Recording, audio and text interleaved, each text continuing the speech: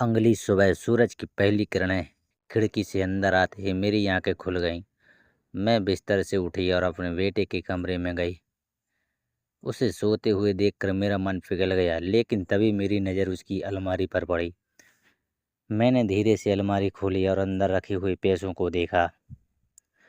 मेरे हाथों में कँपकँपी होने लगी। ये पैसे कहाँ से आए थे? क्या मेरे बेटे ने कुछ गलत किया था? कुछ देर बाद मेरा बेटा जाग गया। उसने मुझे देखकर मुस्कुराया, लेकिन उसकी मुस्कान में कुछ अजीब था।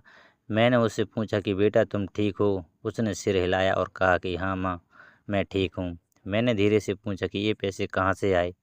उसका चेहरा लाल हो गया और उसने कहा कि माँ, तुमने ये पैसे कहाँ देखे? मैंने कहा कि मैंने तुम्हारी अलमारी में देखे।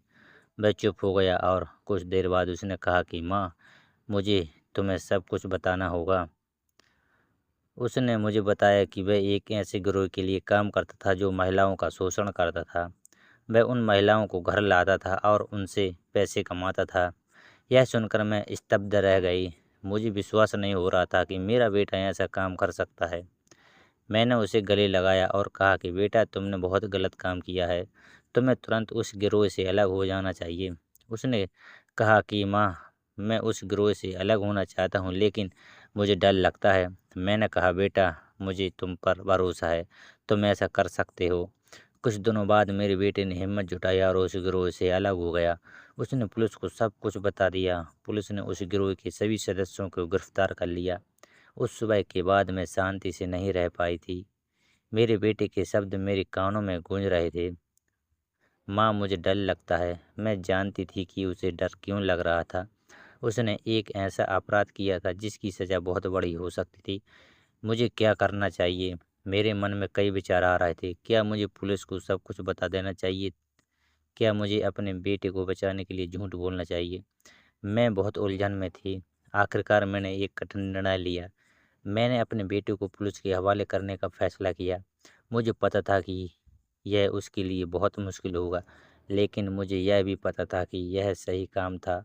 पुलिस को सब कुछ बताना मैं पुलिस के पास गई और उन्हें सब कुछ बता दिया। मैंने उन्हें बताया कि मेरे बेटे ने क्या किया था और उसने मुझे कैसे सब कुछ बताया था। पुलिस ने मेरे बेटे को गिरफ्तार कर लिया और उससे पूछताछ शुरू कर दी। पुलिस की पूछताछ में मेरे बेटे ने अपना अपराध स्वीकार कर लिया।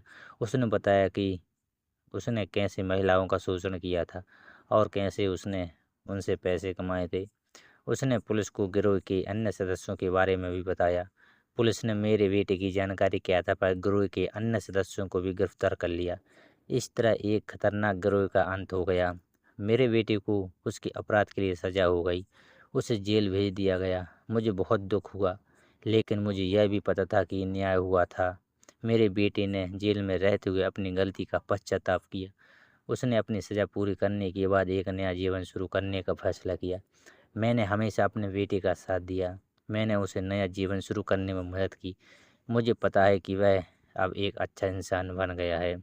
यह कहानी एक माँ और उसके बेटे के बीच प्यार और विश्वास की कहानी है। यह कहानी हमें सिखाती है कि माँ का प्यार अपने बच्चों को गलत रास्ते से हटाकर सही रास्ते पर ला सकती है। दोस्तों, कहानी कैसी लगी कमेंट बॉक्स में ज़रूर बताएं।